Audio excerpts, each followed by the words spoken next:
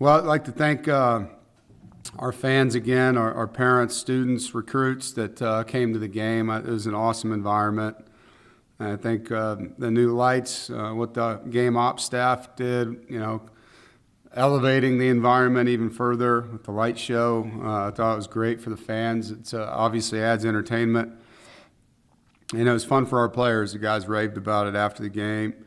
I think Carter Finley Stadium is a special place. It's one of the best college football environments in the country. And on top of that, I think our field crew, the way our turf is right now, and the paint and everything they're doing, it's an incredible place. So a lot of kudos to everybody that made that happen, and look forward to seeing another version of that this week with another night game at home. Just talking about the game itself, I'm proud of our team and our staff. How we played, how hard we played. I thought there was a lot of very visible strain, elite effort. Guys played really hard, and we played a lot of guys, rotated several people in and out of the game. Starting on offense, the positives, really felt like our run game was a big part of the time of possession in that game. That was a good defensive line. Those guys are very experienced players. They're big. I think their defensive end, number 19, is a draft pick. I think that guy's really talented. Their linebackers played hard. Their DBs were long. So they made it tough on us, and we were able to run the ball effectively. Our tailbacks were physical and for the most part, did what they could do to help us, and thought the receivers improved away from the ball, away from the point of attack, Our time of possession in the second half was big. We had the ball for 19 minutes. From a negative standpoint, we're shooting ourselves in the foot too much on offense, whether it's penalties pre-snap or some technique things within the play where we can avoid a penalty or just a bonehead mistake, a lineman downfield. That shouldn't happen. We had a turnover that was a costly error on Demi, crossing the goal line and not finishing through the goal line with the ball. Definitely a teachable moment for him and one that I know he's learned a lot from and did a great job bouncing back and making a play for us. But, I think overall you're still seeing some young players, some inexperienced players at times that just need to make the routine plays and execute at a little bit higher level. If you get the touchdown that Demi had, if we don't have the lineman downfield on Devin Leary's touchdown catch, that's 14 more points, and we're feeling pretty darn good about the results of that game. We're scoring in the 40s.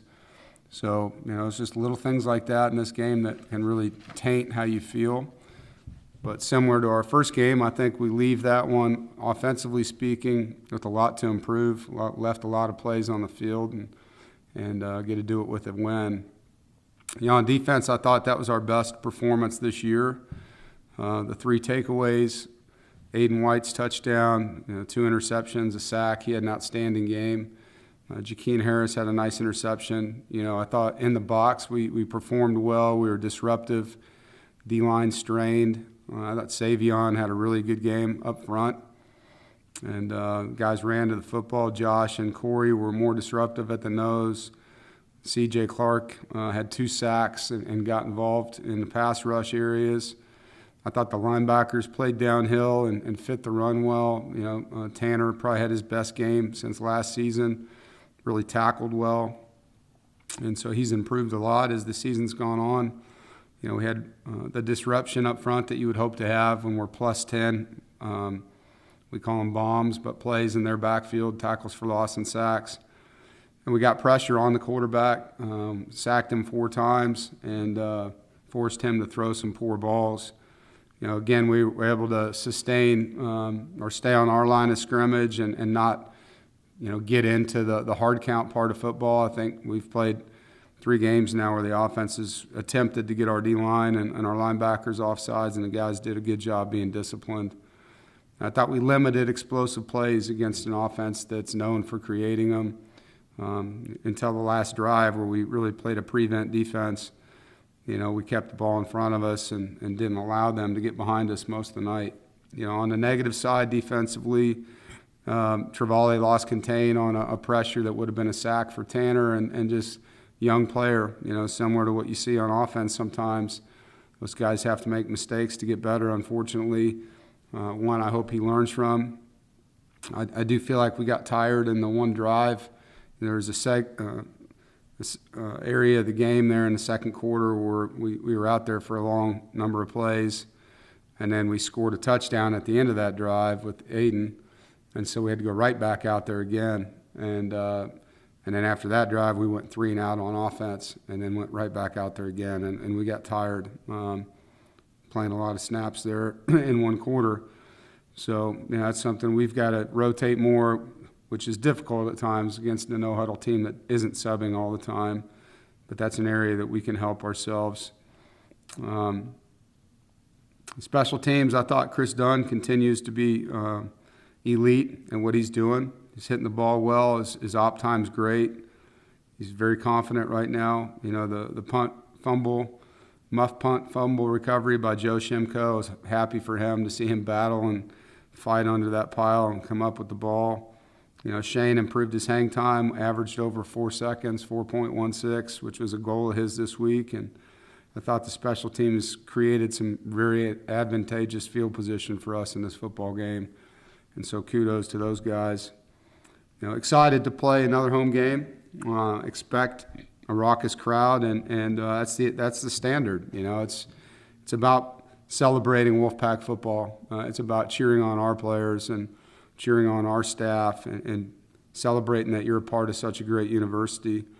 I know at times it gets into who we're playing, and to me it's not about that.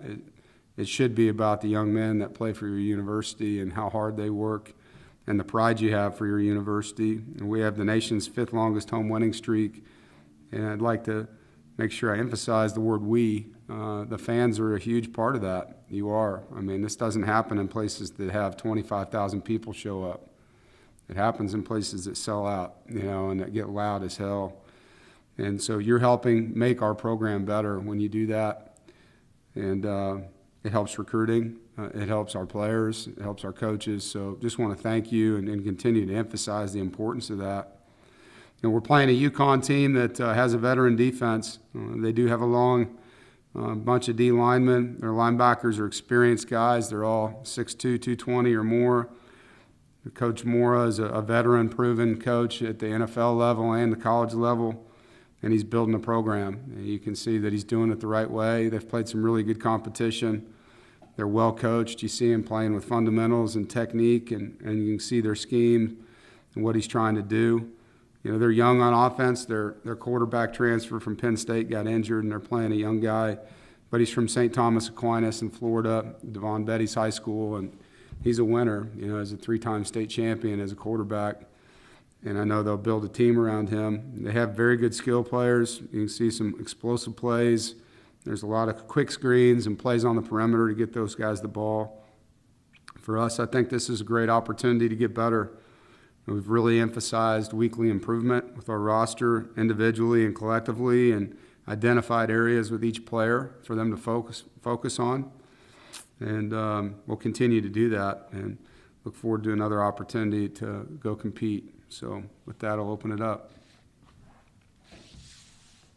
Corey. Dave, going back after week 1, I know Tim Beck was asked about Devin Leary's performance a couple times, and he had mentioned that there was a couple overthrown balls, a couple balls that he could have gone back and would have loved to have had back. What were your thoughts on his performance after this week, having watched the game film now at this point? I think he did some good things. We had 4 drops that hurt him. I think the one to Demi would have been a touchdown on the screen. The one to Darrell would have been a first down, and those were routine drops. The other 2 were contact catches, with Anthony and Julian. And so some of those things make the performance different. You just see an incomplete. We see an opportunity that could have changed the game, in certain ways. But he's seeing the field, He's trying to kind of find chemistry with some new guys, and I think that's a work in progress still at times. We're going to get better and better as these young guys, as Anthony Smith and Julian And Daryl being a new player for us, the chemistry with Devin is still in the infant stages, I guess you'd say. You see the chemistry with him and Porter, with him and Thayer, with him and DC. So it just takes time, and I think overall, nobody's harder on himself than Devin. I told him after the game, there's games last year where veteran players made veteran plays to help you, and right now we're trying to make the same plays with guys that aren't veterans at times, and there's a plan for that, in my opinion, over time gets really good. When two guys that are explosive athletes start to play, where the game slows down a little bit, it changes things for Devin. And so we just got to get there. We're through 25% of the regular season, and as you saw 2 weeks ago, Anthony Smith jumped over two people and made circus catches, and now we think he's going to do that every rep, and that's just not realistic yet, But we're excited about the progress and what's going on. I think you can see a year ago no one knew what Demi could do, and now you're seeing a playmaker coming out of that, and we're just evolving right now. So, I just got to kind of be patient and know that it's coming. Thanks, Dave. JB? Hey, Coach, thanks for taking out the time. This is clearly a trap game coming up for you guys with UConn, and obviously with who comes after that. What's going to be what experiences are you going to lean on from the past to make sure your guys bring an A effort, not just for that game, but in practice every day this week? Well, I think the focus that our guys are really excited about is the individual improvement, and that's where we've been since the East Carolina game. I think that's an experience enough for these guys. I know where you're coming from. I think, everyone in sports can see those things. The good thing for us, there's been enough of these examples out there in college football this year to point to, where you don't have to just talk about it. I mean, it seems like every week somebody's losing a game like that, and we're going to try to get better. I think that's what really good programs do. It doesn't matter who you play, it's how you play. And this started back in the preseason. I mean, our worst enemy is us, not anyone else on our schedule. And we're going to be playing that exact same, verbiage to them throughout the week. And these guys understand. They want to play well, and know they got to practice well to do that. Thank you. Jordan? Hey, Coach, Jordan Davis, Spectacular Magazine. Can you speak just a little bit about Demi's improvement? Like you said, a year ago, he was just on special teamer and only saw 6 games, but now in his first 3 games, he has over 400, all-purpose yards, and last game, 147 with 2 touchdowns and almost a 3rd touchdown. Can you just speak on what you've seen from him in the past year, maybe this offseason coming into this year? He's a naturally gifted football player. He sees things. There's a vision that comes with this game that is hard to coach at times, and Drake Thomas has that vision on defense. He sees things, that are very hard to coach. Demi sees things as a football player. He's tough. He's very, very competitive, and he's gifted. He was blessed with ability, and so we just got to grow him up. He's still learning. He's still making mistakes, but he competes really hard, and he's gifted, and he'll continue to get better.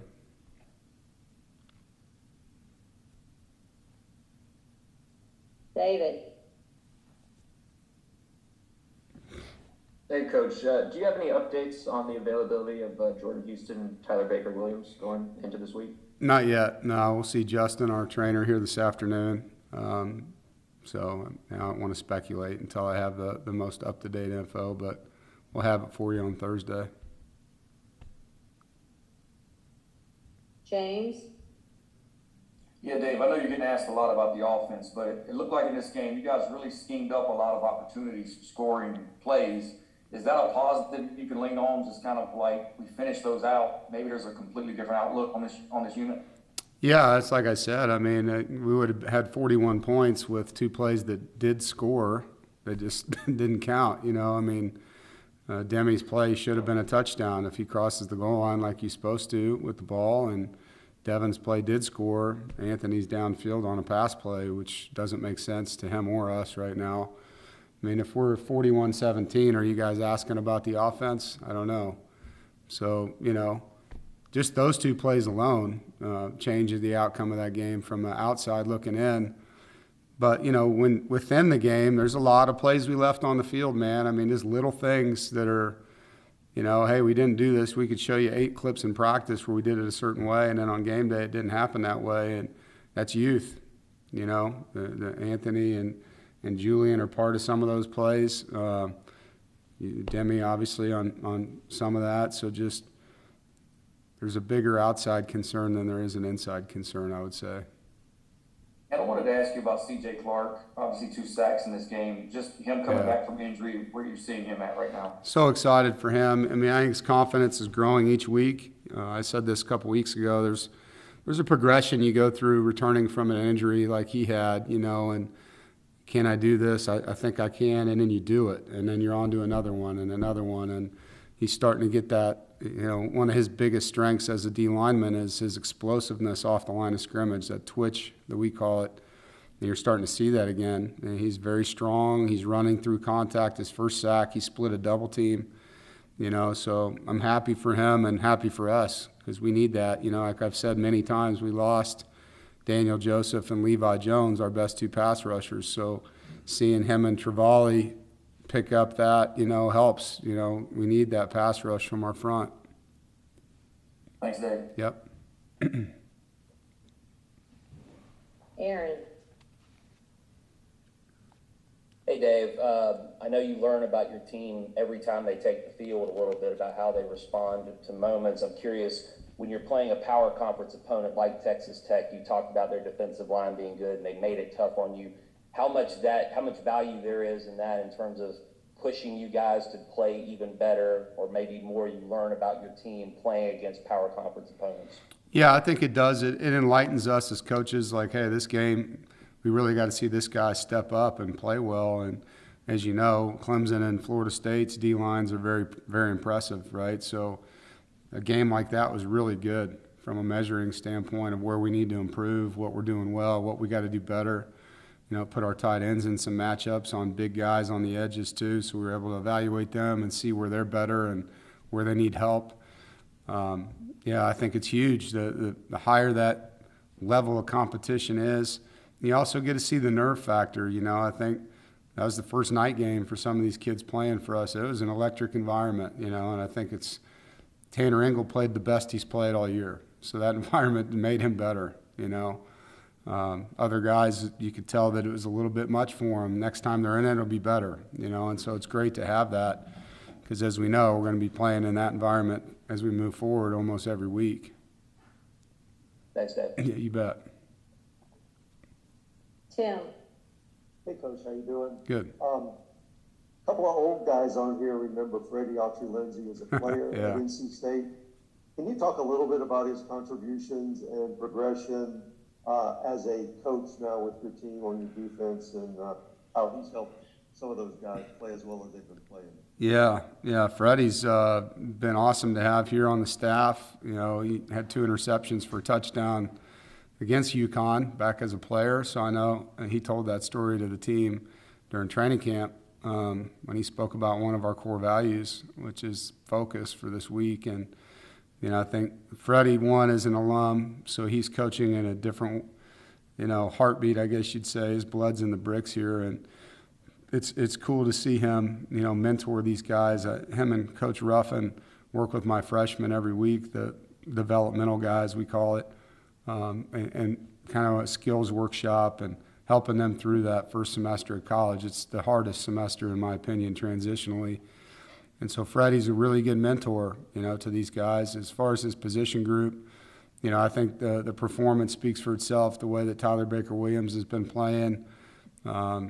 Freddie gets a lot of credit for helping him, and you see him out there with Jalen Frazier, you see him out there with Devin Boykin, and he's doing a lot of good things with his guys, and so he's been a great addition to the staff, and it's not just football, in the state and recruiting. He's got a lot of good connections. He's very personable with the high school coaches and takes a lot of pride in being from this university. Thanks, Coach. You're welcome. Rob.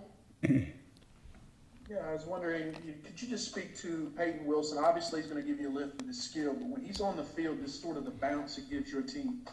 Yeah, wasn't it awesome to see him out there? I mean, I know it made us all feel good for him as a person, and he was so happy, thankful, you know. And again, a guy that's going through, you know, the things you go through coming back from injuries. He played well. I mean, he can play better, but he led us in tackles his first full game back, you know. And the one play, I can't remember exactly when it was in the game, but where you got to see him take off and run a guy down and tackle him on the sideline, like, man, he can cover ground. I mean, that guy's a tremendous athlete. So it's just putting another, you know, elite competitor that's very gifted back on the field. And those guys love playing together, man. It was great seeing him and Isaiah and Drake in the same lineup for an entire game. Chip. Yeah, Coach, you talked about the chemistry with the passing game. Just in going back and looking at and analyzing things, are you pleased with the separation of the receivers, the routes being run correctly, all the other things that go into everything clicking in the passing game? Sometimes yes, sometimes no. I mean, I think there's always route depth conversations that we have. Sometimes, you know, the receivers are getting good separation and we're overthrowing them. Sometimes they're not. You know, and they're in contact catch situations. So, you know, I think it's a work in progress, like I said. You know, I know those kids are working hard at it. It's a good group of guys. I think, you know, as we continue to rep them and as Devin gets more and more comfortable with the different guys that are in the game, the production will go up. And again, I think you got to give Texas Tech a little credit. That's a good defense. I mean, they played Dana Holgerson's offense the week prior and played them very well. So, same defensive kids that beat Mississippi State in the bowl game. So I think you got to give them some credit in that. Corey. Dave, I know you spoke earlier about the fact that you don't have an update for Tyler Baker-Williams or for some other players at this time, but where do things stand with Shaheem Battle? I know he wasn't able to go out there on Saturday. Yeah, he's a lot better than he was. You know, he went through warm-ups and just said he didn't feel 100%, and well, at that point, we didn't play him. So, you know, I think he's very close. Week prior was similar with Peyton, you know, and we're just in the beginning of the season and just don't want something to be a lingering injury if we can prevent that, you know. And with the depth we have at corner, the way that we felt about Aiden and Derek Pitts and Tayshawn, just didn't feel like it was a necessary risk. So we're hopeful we'll have him the rest of the season. But, again, we got to get to Saturday before I tell you 100%, but he will practice. Like, he's in a good spot that way. Just got to get him through the contact part of it. As a follow-up to that, how good is it to have a player like Aiden White behind him that's, you know, able to go out there and have the type of game that he did? Yeah, I mean, we list those guys as oars for a reason. We look at Aiden as a starter. You know, I don't think there's much difference right now. When you watch, they're different. I shouldn't say that. Each of them have different skills that they're better at. You know, I think Derek probably had his best game against Texas Tech too. I mean, he tackled really well. He had a great pass breakup on a deep ball.